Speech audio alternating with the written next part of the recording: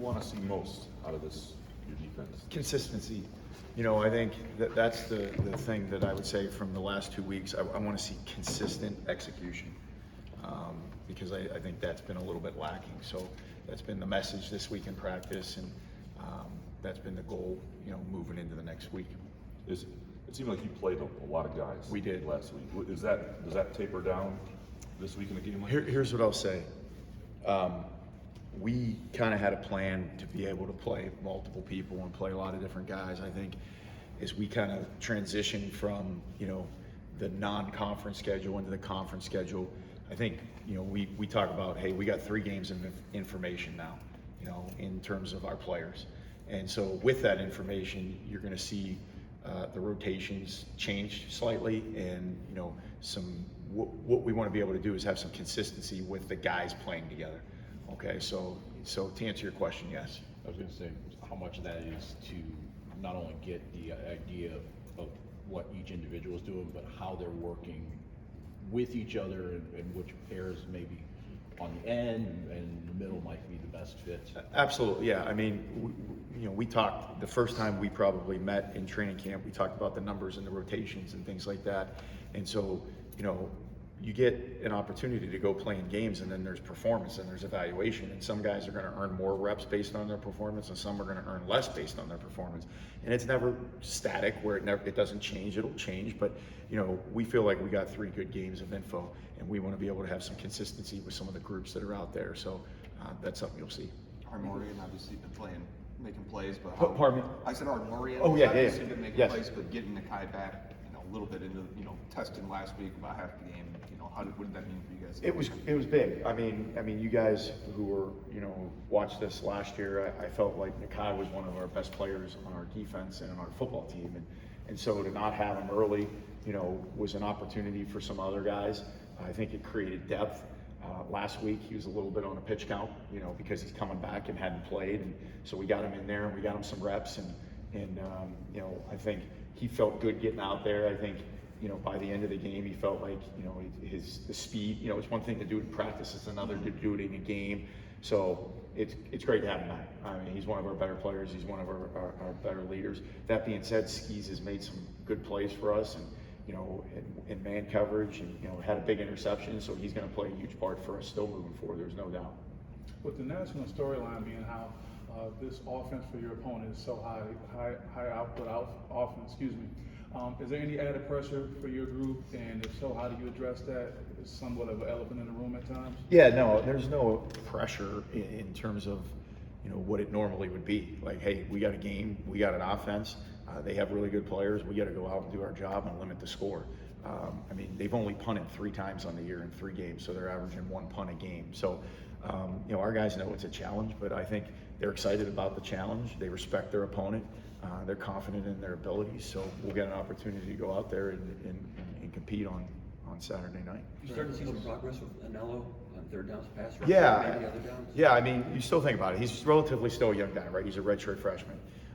He's been a guy throughout the first 3 games. I think, you know, he's put some consistent pressure on the quarterback, and, you know, as a young guy, he's still obviously got a lot of room to improve. We're feeding him reps and getting him a chance to kind of get in there and get after it. So, but I've been pleased with where he's at. I like how hard he practiced. You know, so we're going to keep feeding it to him. I think he got a rep playing the run at least once, right? Also, so that was, he held up okay. Yeah, you know, we can't always predict when they're going to run and pass it. So yeah, he got in there once versus the run, and I thought did a good job. And you know, we don't have a problem with him playing against the run. I think he's fine. But I think as a young guy, as we're trying to spread out and mix up the reps and max up, we got some other guys that are a little bit more experienced in that regard. So we've used them in those situations and used him in pass. I think it was 9 times that Youngstown State converted on 3rd or 4th down. 3 of them were on 4th down. Yeah. My hunch is it goes to the consistency part you talked about earlier, but what are the sorts of things that are kind of holding you guys back from getting a team off the field when it comes to those? Yeah, the majority of those were short. You know, the 1s, the 2s, 4 of them were 1 or 2. And then the other 2, we got beat in man coverage, so we got to play better man coverage. And so, you know, you get into 3rd and 3, 3rd and 4, there's really not zone coverage. You know, there are some zones, you mix in some zone, you're not all man, but we got to play better man coverage in those situations. So How much, when you look back at the last two games in particular, did the running backs and tight ends maybe kill you in that pass game and the other team? Kill us in the Maybe not kill, but you know, they put up some yards. Yeah, in first and second down, like, I mean, you know, the BC ones, there were some instances where they ran wheel routes and then they checked the ball down in the flat, so we got to leverage it a little bit better. You know, YSU, you know, had a switch route that we didn't get passed off between a couple guys. So yeah, I mean, to me, it's not necessarily the position of running back and tight end. It's more of just the consistency of execution. So. Based on what you've seen, what you thought the defense was, and say a month ago, versus what you've seen, where does it meet in terms of your expectations and what you're hoping? Yeah, I think my expectation is for us to play better. So that's what I want to see, and I think the consistency is the thing that'll kind of, if we're more consistent, then it'll be to the vision that I kind of had. So when it's not where it's at, you're going to coach them better, and they got to be receptive with what they did in practice. So that's what we're striving for. Does that make What are a couple of specific elements of this USC offense that really concern you, or maybe different that your defense hasn't seen? Just a couple things they do really well that. Yeah, I think they've got a really good balance. You know, compared to last season, right? If you look at them last season, because you do your preliminary studies, and then you look at them this season, I think they're a more balanced offense. They have the ability and have run the ball pretty effectively, and then they can go vertical down the field and create, you know, vertical shots. So I think that balance is the thing that probably stands out to me through 3 games. Is it tough with the way they mesh and hold you horizontally too? Is that part of it with RPOs? They do a lot of that, right? Isn't it? Yeah, I mean, they're obviously, they got some perimeter screen game. They got some nows out there. They get the ball out on the perimeter. They do have some RPOs with run pass options. And so, you know, anytime a team does that, you know, it's putting you in a situation where obviously you got to be able to hold up against the run, but then also be able to tackle really well out on the perimeter. I think if you don't tackle well on the perimeter, when those balls get out there, that's when they kind of hurt you. If you tackle them, you line up, you play again. So yeah, it creates some stress. Aside from USC as a team, Memorial Coliseum, what's that experience like? It's a large place. How you think your players would be just kind of going into that actual space? Yeah, I think it'll be, I would venture most of them haven't been there. I haven't been there. So, you know, Coach, you know, talked a little bit about with the team the historical significance of the stadium. He did that on Tuesday, which I thought was pretty cool, from Nelson Mandela to President Kennedy to, you know, Olympics. You know, there's been 2 Olympics held there. So when you kind of think about, hey, when you step out on that turf, you think about some of the people that have given speeches or played there. It's kind of cool. So, but that being said, it's a football game, and we've been in stadiums across the country, and you go out and the whistle blows and you play the game of football. So, Thank you. When you mentioned how good USC's offense is, I guess when you want to see your defense play better, is it good to sort of just rip the Band-Aid and kind of throw them into the fire like this? yeah, I mean, to me, it's always about what's the next opponent, what's the next game, right? You know, so we got 3 games, and this is the next one on the schedule, and we're going to prepare for it. And we're going to go play with great effort. So I think that's, you know, kind of how we see it. Can you talk about experience against either Riley or their OC at all? No. But, You know, and I'm thinking in a conference setting too, because it's like this staff that played USC in the past hasn't played against that staff. yeah, no, I haven't. No, not personally. How do you, I mean, is it usually you kind of lean on each other to just kind of watch the film and kind of trust your eyes? Well, what I would say is there's some guys on our staff that have, you know, being from Oregon State. So they'd switched. I don't know if they played him in 22. they played them in 23. Okay. So there's some knowledge. Okay. There's other coaches that have, you know, played against them, and you talk to, and then obviously you study them. But yeah, this is the first time. What have you seen from Jordan Pauls? Is a guy who's, you know, in his leadership role for the first time, but also trying to be a playmaker, you know, 15 tackles in a game guy, Yeah. and do all of that at once. What have you seen from him so far? I think he's been very good in terms of his performance. You know, I think he's played well, and I think he's been a good leader. He's voted captain as a junior. So I've been very proud of him, very pleased. I think the way he's kind of managed it is because he has high standards for himself. Like, he practices really hard. He asks a lot of questions. He watches a lot of film, and then he's very likable. Like, you know, I think a leader He has to have that cachet with the team, right? Credibility, trust. They got to know you care. You got to have the ability to communicate. And I think he has all those traits, and that's why he's a very good leader. What do you still want to see from him? Like, what's the next step for? From a football standpoint? Yeah, just, From a football standpoint, I want to see him continue with consistency.